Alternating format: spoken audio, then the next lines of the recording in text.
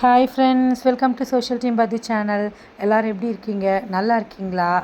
இன்றைக்கி நம்மளுடைய social team பது சேனலில் சூப்பரான எல்லார் வீட்லேயும் தடுக்கி விழுந்த அடிக்கடி செய்கிற சூப்பரான ஸ்வீட் தான் ஃப்ரெண்ட்ஸ். ரவையை வறுக்கும் போதே தெரியும் என்ன செய்ய போகிறேன்னு சொல்லிட்டு. ஆக்சுவலாக இந்த பதுஸ் கிச்சன் நான் வந்து க்ளவுட்ஸ் கிச்சன் ஸ்டார்ட் பண்ணதுலேருந்து பசங்களுக்கு பிடிச்சதெல்லாம் செஞ்சு தரவே முடியல. எப்போ வந்தாலும் வீட்டில் வந்து டிஃப்ரெண்ட் டைப்ஸ் ஆஃப் மாவு இருக்குது. தோசை, அப்புறம் ஆனியன் ஊத்தப்பம், பொடி தோசை, பொடி இட்லி, பூண்டு தோசை, இந்த மாதிரி டிஃபன் ஐட்டமாகவே தான் இருக்குது. ஸோ சண்டே என்ன ஆச்சு அப்படின்னா, ஐஷு வந்து ஒரு 4-5 மணிக்கு மேலே சாயந்தரம், மம்மி எனக்கு நட்ஸ் எல்லாம் போட்டு சூப்பராக க்ரீன் கலர் கேசரி பண்ணி தரியான்னு கேட்டாள். எனக்கு ஒரு மாதிரி ஆயிடுச்சு. ஏன்னா ஐஷு அவ்வளோ சீக்கிரம் எதுவும் கேட்க மாட்டாள். சரி, குழந்தையே கேட்குறான்னா நம்ம வந்து எந்த அளவுக்கு விட்டுட்டோன்னு. ஆக்சுவலாக கேசரி செஞ்சு ரொம்ப நாளாச்சு. க்ளவுட்ஸ் கிச்சன் ஆரம்பித்து கிட்டத்தட்ட 1 மாதத்துக்கு மேலே ஆகுது, 1.5 மாதம் ஆகுது. வீட்டில் ஸ்வீட்ஸு பசங்களுக்கு பிடிச்சதெல்லாம் செஞ்சு ரொம்ப நாளாச்சு. அதனால் ஐஷுக்காக தான் செய்ய ஆரம்பித்தேன்.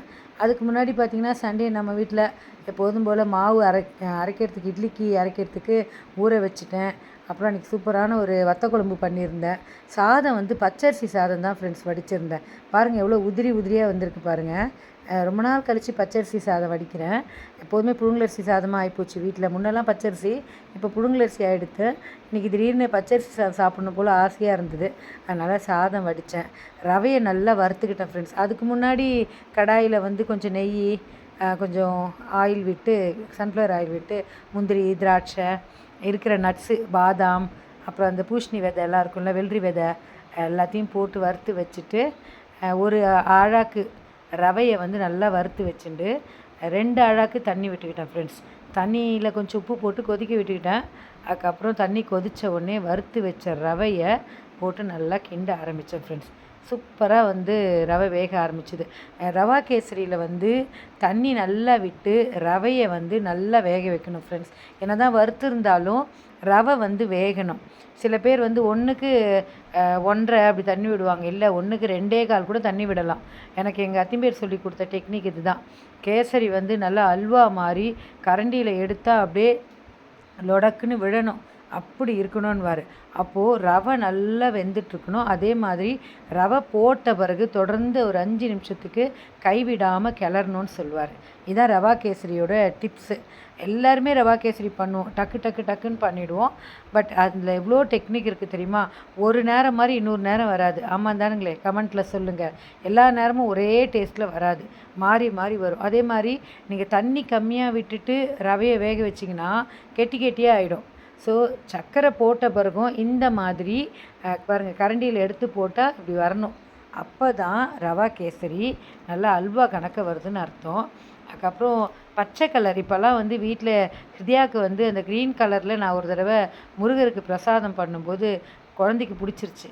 அதுலேருந்து நம்ம வீட்டில் கேசரினாலே க்ரீன் கலர் தான். அது நல்லா போட்டுட்டு அதுக்கப்புறம் பாருங்கள், நெய்யில் வறுத்து வச்ச அந்த நட்ஸ் எல்லாம் போட்டேன். ஆக்சுவலாக எங்கள் ஜானுக்கு கேசரினா ரொம்ப பிடிக்கும் குழந்தைக்கு. இந்த தடவை இந்த வீக் போகும்போது குட்டிக்கு வந்து ஜானுக்கும் ஹிருதியாவுக்கும் நான் வந்து கேசரி செஞ்சு கொண்டு போகணும். பசங்க 2மே நல்லா விரும்பி சாப்பிடுவாங்க. இதயா பாப்பாவுக்கு கொடுக்கவே விடமாட்டாங்கப்பா ஜானுமா, ஏன்னா ஸ்வீட் வேண்டான்ட்டு. ஆனால் அது வந்து ஊன்னு சொல்லி சாப்பிட்ருவா. பாருங்கள் எவ்வளோ சூப்பராக இருக்குது. ஆக்சுவலாக பசங்க கேட்குறத செஞ்சு கொடுக்கறது தான் நம்மளோட வேலை. சாப்பாடு விஷயத்தில் அவங்க வந்து சிலதெல்லாம் விரும்பி சாப்பிடுவாங்க, அதை நம்ம வந்து செஞ்சு கொடுக்கணும். மற்றதெல்லாம் கடையில் வாங்கி சாப்பிடுவாங்க, இந்த பர்கர், பீஸா, பரோட்டா இதெல்லாம். ஆனால் இந்த மாதிரி ஸ்வீட் ஐட்டம், பாயசம், கொழுக்கட்டை, பூரி நல்லா உப்புன்னு சில இதெல்லாம், அதுவும் இந்த வத்த குழம்பு எங்கள் ஐஷு ரொம்ப ரேராக தான் கேட்பா. பாருங்கள், ஐஷுன்னா பேசிகிட்டே இருக்கேன். பாருங்கள், நல்ல கேசரி ரெடி ஆகிடுச்சு. ஏலக்காவை தட்டி போட்டுட்டேன். ஏலக்காவை பொடி பண்ணி போடணும், நம்ம வீட்டில் அது பிடிக்காது. அதனால் ஏலக்காய் ஒன்றும் பாதியமாக தட்டி இந்த மாதிரி போட்டுட்டு நல்லா கிளறிட்டேன் ஃப்ரெண்ட்ஸ்.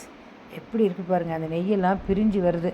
ஆக்சுவலாக ஒரு கையில் நான் ஸ்டாண்டு கூட வைக்கல, ஒரு கையில் மொபைலை வச்சுக்கிட்டே வீடியோ எடுக்கிறேன். இந்த கையால் கிளறும்போது பிடிச்சிட்டு கிளறணுன்னா நல்லா வரும். இப்போ நான் வந்து நல்லா கிளறி விட்டுட்டேன். கிளற அடியில் ஒட்டாமல் நெய்யெல்லாம் பிரிஞ்சு வருது. ஆக்சுவலாக நெய் வந்து பார்த்திங்கன்னா ஃப்ரெண்ட்ஸ், ஒரு அழாக்குக்கு 1/4 அழாக்கு நெய் விடணும். ஒரு அழாக்கு ரவைன்னா 1/4 அழகு நெய் விடணும். அப்போ 1 அழகு ரவைன்றது வந்து 200 கிராமு. அதுக்கு வந்து நம்ம ஒரு 25 to 35 கிராம் வந்து நெய்யும், ஒரு 25 கிராம் வந்து சன்ஃப்ளவர் ஆயில், பாதிக்கு பாதி விட்டுக்கலாம். சன்ஃப்ளவர் ஆயில் வந்து ஃப்ளேவர் இருக்காது, அதனால் தைரியமாக விடலாம். எப்படி வந்திருக்கு பாருங்கள். இதை வந்து அழகாக ஒரு பவுலில் போட்டு அப்படியே டபுக்குன்னு கவுத்து ஷேப்பு அப்படிலாம் இல்லை. நல்லா எப்போது கேசரி சுட சுட நம்ம சாப்பிட்ணுன்னு ஆசைப்பட்டோமோ நல்லா தட்டில் எடுத்து போட்டுக்கணும். பாருங்கள், இந்த மாதிரி ஒரு தட்டில், அதுவும் சுட சுட இருக்கும்போது ஸ்பூன்லலாம் சாப்பிடக்கூடாது, கையில் தான் எடுத்து சாப்பிட்ணும்.